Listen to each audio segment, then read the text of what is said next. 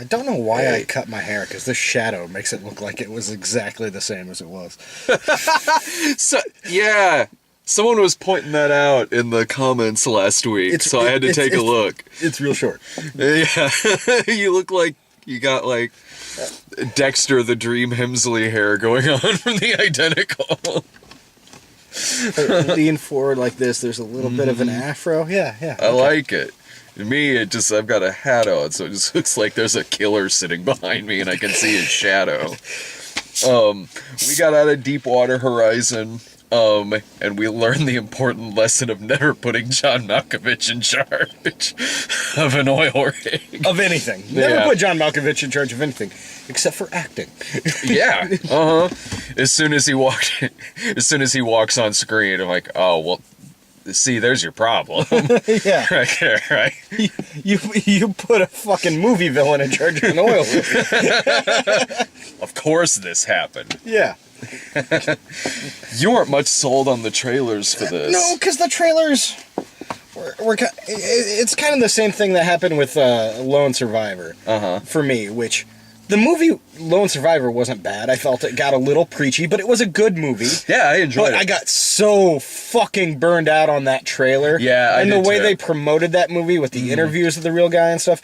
Like, I understand it's based on a real story and shit, but I don't want to know what's going to happen in the, like, even based on it, if I'm not invested in it, like, don't tell me everything. No, yeah, I got, I remember getting really burned out by that trailer, too, for Lone Survivor, but then Ryan and I went to go see it, and we actually really enjoyed it quite a bit. So I kind of had that mindset going into this one. Like, granted, we weren't quite as bombarded with trailers for this as Lone Survivors. I get this trailer a lot. I did too, but to the extent of Lone Survivor, that was like every movie. Yeah. Like for what felt like a few months. Yeah. And this movie, the trailer, like, it started to wear on me a little bit, and it looked like it had some of those Armageddon moments. I will see my family again! Like, that kind of shit. But then in the movie, it's just like, yeah, all those moments are still in the movie, but you realize they're not these long, protracted hero speeches and moments. They're just moments. Yeah, no, I went into this movie with that mindset, figuring, like, you know what, I'll probably enjoy this movie, because I did like Lone Survivor, even though, like, the ad campaign didn't sell it on me. And the only time Peter Berg really went like Armageddon was Battleship, which was like a contract movie that I think he had to do. Yeah. And I really actually enjoyed the fuck out of this movie. No, this was honestly fantastic. Yeah. It was a really great film. I was a little worried in the beginning because there was all these shots of people filling up their gas tanks and gas stations and shit, and I was like, oh, dear God, if this is a pro-oil movie about an exploding oil ship. But it wasn't. It really wasn't. No, I mean, Peter Berg, between this and his last movie, I mean, he tends to stay on topic pretty well. Yeah. Honestly, this is he didn't politicize it, is really. No. I mean, it still would have been on topic, but he didn't politicize it, which was really nice, honestly. I didn't go into this movie thinking that was going to happen. I didn't either, but I was a little worried in the first few minutes. Right. Just some of the shot choices and stuff, but you know, in terms of just disaster movies, like this is one of the best I've seen in probably fucking years. No, in a really long time. God. This was and they kept it small. You know, that was the thing. Like, yes, it's a disaster movie, but it's a big boat. It's not the world ending, you know? No, beyond that, though, like, it doesn't do what you would typically, the tropes you would see in, like, a disaster movie with a lot of effects going on and stuff. It isn't like he finds out his wife is pregnant or something like that and then goes off to the ship, or like, you know, one guy is separated from his wife and like, oh, this is what brings them back together. It doesn't do any of that. Like, yeah, the wife is in the movie because he's got a wife, and at one point, a couple points he's Skyping with her, and that honestly just sets up his character at the beginning of the film. The movie really tells us all we need to know about the characters. it makes them feel like real people and not just kind of disaster movie characters. Yeah, it had the wife and the daughter in this, but it wasn't. They weren't just like dressing to build the character. Yeah. Like, I mean, at the same time, this movie could have existed without those characters being in it, but it didn't, like, you know, it wasn't there just to pull your heartstrings. It wasn't. It was actually, it was well written enough to where it really kind of pushes the story forward a bit, because like it works in the thing with like his daughter is having like the project she's working on, taming the dinosaurs. Yeah, which is basically what the movie uses to explain to the audience what he does. Yeah. But it worked. Like, it was a way to incorporate his family life and also really giving us pretty vital information that we need about this movie. But it also did involve the only shot of the movie that I was just like, really, you got to do that, which was the foreshadowing shot. Oh, yeah. You know, that was the only part of the movie where I was like, really? Like, really? Because they're like, I guess in class to get an idea of what her dad does to her class, what she's going to do is she takes a can of Coke, turns it upside down, shoves a metal straw into it, and then fills it with honey. Yeah. Which, okay. Yeah, I guess that would be a clever way, but then, of course, at the kitchen table with them all sitting there, it erupts. It's just like, my thing about really? But 20 minutes more into the movie, you completely forgot that happened. No, totally. Like, I'm just now thinking about it as you're talking about it. The only thing that threw me off about that shot, because I kind of went really in my head too, but it was more so because they want that foreshadowing in there so the camera lingers on it in a while, which means the characters are just sort of, I guess, standing there watching this happen and not cleaning this shit up. Like, no one bothers to, like, just put their thumb over it. Yeah. But if that's the biggest complaint we have in a disaster movie, this movie's really good. Exactly. No, this was an excellent movie. When the shit starts in this movie, like, as soon as shit starts blowing up and the oil spills over and everything, like, it doesn't stop. Like, this movie, it does not get old, it does not get boring, it maintains its intensity. Well, it keeps the pace going. Yeah. I won't say, like, okay, there's a build to when shit goes bad, but once shit goes bad, it doesn't do the peaks and valleys thing, and it doesn't, like, skyrocket. It it goes, and then it slightly angles up. Like, it's a really nice, steady pace. It is, because the movie is first and foremost more interested in its characters than it is showing special effects. Which was great! Yeah, which was really relieving about this movie. Obviously, there were some special effects, but but they were used to, like, to good... They were used well. Yeah. Yeah, it's not a summertime movie where, like, they're using big special effects to kind of bring in an audience and, we're showing off our new toys with CGI and stuff like that. Like, no, the special effects are in there because, well, that's the kind of movie it is. But it still focuses on all of its characters as this movie is going on. It's still suspenseful as shit, not because we're watching stuff blow up. Not only because we're watching stuff blow up, but because, like, there's these people that we actually really care about in this situation, and we want to see them get the fuck out of this burning-ass oil rig. They did a... Honestly, I really, besides that one stupid I can't think of anything really wrong with the movie at all.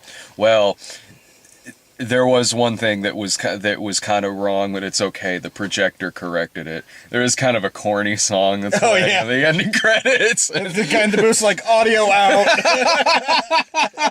The hell is this? Mute, like, the audio for at the end of it, it does what you would think at the end of this. It's showing us real footage of the people, and it's showing, like, pictures of the people who died. None of whom look like the actors. No, wow. They showed, like, the lead guy who Mark Wahlberg plays, and I was just like, why didn't they just get John C. Reilly? Because he looks just like John C. Reilly with a buzz cut. Yeah, Kurt Russell looks more like his character from Stargate, but aged. Yeah. Than he does the guy he's playing. And so there's there's this country song that's playing at the ending credits. I'm like, okay, that's not very good, but all right. And then it just went mute. well, well, that solves that issue, I guess. Yeah. Maybe that's just part of the movie, though. They only had the rights to use like 40 seconds of this song. Speaking of rights. Oh, fuck. Yeah. Okay, so going in this movie, I was like, all right, Deepwater Horizon, it's the BP spill in the Gulf of Mexico. Mm-hmm. And somehow, not only did they throw out BP a lot. Yeah. Like, more than I expected them. Mm-hmm. Like, I was like, they're going to have to mention BP. Yeah. But somehow they got the logo rights. The logo, like, it's on, like, Malkovich and the other BP people's, when they're there, it's the BP logo and everything is, like, on their shirt. Like, I don't know if it makes a difference when you're making a historical film or not. It's a copyrighted logo. Yeah, I mean, if you're making a documentary, you got to get the rights to, like, screen it, you know? There's some issues where it's different if it's a historical film or something, but I don't know what it is. Ryan would know. Yeah. Like, fuck, he went to school for this. But I was thinking the same thing. I was like, well, I guess the BP is like, why don't let's own up to it, I guess. No, I mean, it's like, well, we can't deny it. Uh-huh. And if we sued them, we'd look really bad. If we say no, we also look bad. Fuck it. Yeah. Sure. Like, Lone Survivor was good. Sure. That's the head of BP's a big Peter Berg fan. Yeah. The head of BP is like, well, Lone Survivor is about a bunch of soldiers that die, but it's not anti-military. So maybe... So maybe it's a pro-BP. Well, think of all the good things the spill caused. It took care of the shark's jerry curl for months. Oh, my God. But anyway... No, I highly recommend... BP, bringing new meaning to the words fish oil. See, that's why they said yes to letting them use their logos. Sure. No, I highly recommend this movie, honestly. No, that was a fun sit, and I really honestly did not expect to... Like, I expected it to be a decent movie. Uh-huh. Because besides Battleship, I don't think Peter Berg makes bad movies. Mm. I didn't expect to honestly enjoy it, though. And I did honestly enjoy this movie. I enjoyed the hell out of this film. From the acting, from the... All the acting's great. Yeah. Like, and they did a really good job, like, getting good character actors in the movie. Mm-hmm. Yeah, Ethan Suplee's in this.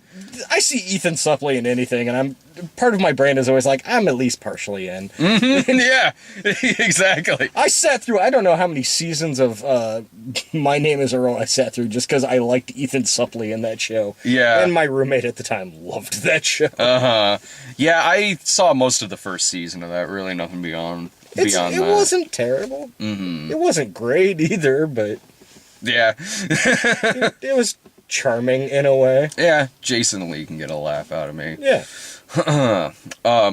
No, for the action is incredibly well edited. Like, this is a very well pieced together film. Whoever did the sound editing did fantastic. Oh God, like, that was, it's not often sound editing sticks out to me in a movie, but this one it really did because it did that thing where, you know, it's something that happens in action movies a lot now, and disaster movies especially. When things get loud, it gets real quiet. Mm-hmm. But it was used in really good effect in this movie. Mm-hmm. So, like, oh yes, instead of just, like, people being dazed, but it's taking that quiet moment to really, like, focus in on characters' faces and what's happening. Like, it was used to good effect in this. Yeah, because you can still hear shit going on in the background, even when it's having those, like, Wahlberg and the girl on top at the very end. You can still hear just, like, shit pinging off a glass, metal falling on metal. Just earlier in the movie, you see, like, just shit fly up towards the glass, almost like someone standing outside of it with a machine gun just shooting inside of it. And you hear that throughout the movie, just whether it's actually going on in the scene we're looking at, or whether it's just somewhere in the background that's still going on. Yeah. And this was it was sort of last minute we were seeing it tonight, because originally it was going to be Mrs. Peregrine and Masterminds. Which we got a trailer for tonight. Did we? No, we didn't. Never mind. I'm thinking of something else. We got a trailer for the new Zach Galifianakis. Oh, Keeping Up with the Joneses, yeah. Not that I wanted to see Masterminds over this movie, but that's just what was originally planned. And but they bumped up the time. Like, Masterminds was at 9:30 and this one was at 10. I'm glad we went and saw this, honestly. Oh, yeah, me too. Like, it's not often I sit here and smile through a whole review. Yeah. Yeah, it's a nice feeling. It's like last week when, like, God, how come Dave hates everything in the comments? A couple comments like, how come Dave hates everything? And I responded and was like, I mostly send him to bad movies. Like, it's not like it's you sitting there and the other person always loves it other than you. It's like, usually the other person with you, like, 9 times out of 10 also doesn't like the movie. But, 19 times out of 20, it's a terrible movie you send me to, so. Yeah. What? Dave didn't like Medea Christmas and Batman v Superman and other shit we've seen over the years. How dare he not just suck it up and say it's good? Fucking hell. I did like last week where someone said, because we were talking about the original Magnificent Seven, but I'll get to this in a second, but said something like, up next on another episode of Dave Hates the Classics. I admit as much. There is a certain, like... I don't like all the classics. I don't like most of them, but it's but that's just... That's always been the case for me. I understand their classics. I understand their value. I don't judge people for liking them. I'm the same way. But, like, I don't like sitting through those fucking movies. I wouldn't say I hate most of the classics, but there's just plenty that I don't like. But for me, most of the time, like, they're not terribly well directed or acted or written. Like, some of them are. Like anything Hitchcock made is fucking golden. Like, and there's some other ones too, but for the most part, like, like that era of filmmaking from, the 40s to the early to mid 70s, for the most part, not my bag. I could think of plenty of stuff from the 60s that I really like. There's some. If I'm watching stuff from the 40s or 50s or even earlier than that, more often than not, it's the B movies. Oh, the B matinee monster movies, though? I love those. But they're not classics. My God, of course there would be some people just being that guy for no reason, because we were saying the original Magnificent Seven instead of Seven Samurai. Okay. The new one is a Western that's called The Magnificent Seven, just like the one it's a remake of. It's not a remake of The Seven Samurai. It's a remake of the other Western called The Magnificent Seven. That was a remake. That was a remake of the Seven. That was a remake of The Seven Samurai. This one is a remake of the Yul Brynner Western. My God, sit your snide-ass film school motherfucking condescending ass up. Fuck. Especially since we talked about the Seven Samurai. Oh, we did. Briefly, we talked about the Seven. I mean, we didn't go into great detail, but we briefly talked about it. We acknowledged it. It was like, this isn't fucking film history with Brad and Dave. It's fucking... But it should be. These are the same There's people. The new series, Film History with Brad and Dave, where we just make shit up. I do that every week on the Cinema Snob. I know you do. Those are the same people who were bitching when we reviewed that Thing prequel, and when we were talking about the original. Of course, we're referring to the John Carpenter one, because that's what it's a prequel to, not the Thing from Another World. Fuck off with that being that guy shit. Oh. Well, and it's just... Personally, I'm a little sick of remakes right now, but that seems like a quarter of the big movies we get every year now are remakes. But I will say that sometimes remakes are better than the originals. It's rare, but sometimes it's the case. Sometimes it happens. John Carpenter's The Thing is better. No shit. Is better than Thing from Another World. This movie. Back on topic, yeah. This movie is a better remake than. Yeah. I can't even think of another oil movie off the top of my head.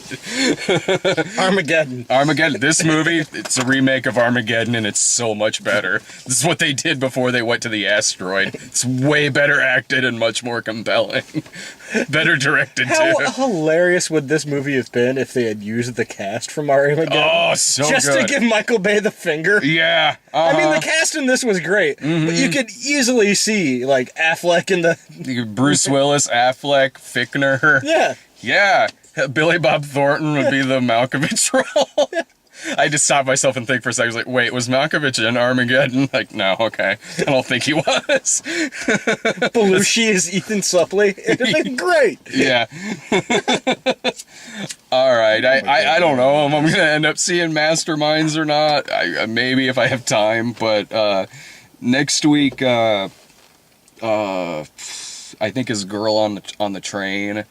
And now we're starting Oscar season, aren't we? Well, this was probably the start of Oscar season, or at least maybe the people bidding for Oscars. Yeah, this will get some like sound nominations. No, yeah, as it should, and maybe special effects, because I'll say like you know, there was a lot of fire in this, and there was a lot of special effects, but they didn't feel like overt special effects most of the time. No. Yeah, so. But there is a Star Wars movie coming out, so special effects is probably cinched up. Maybe. I mean, Ex Machina won it last year. That's true.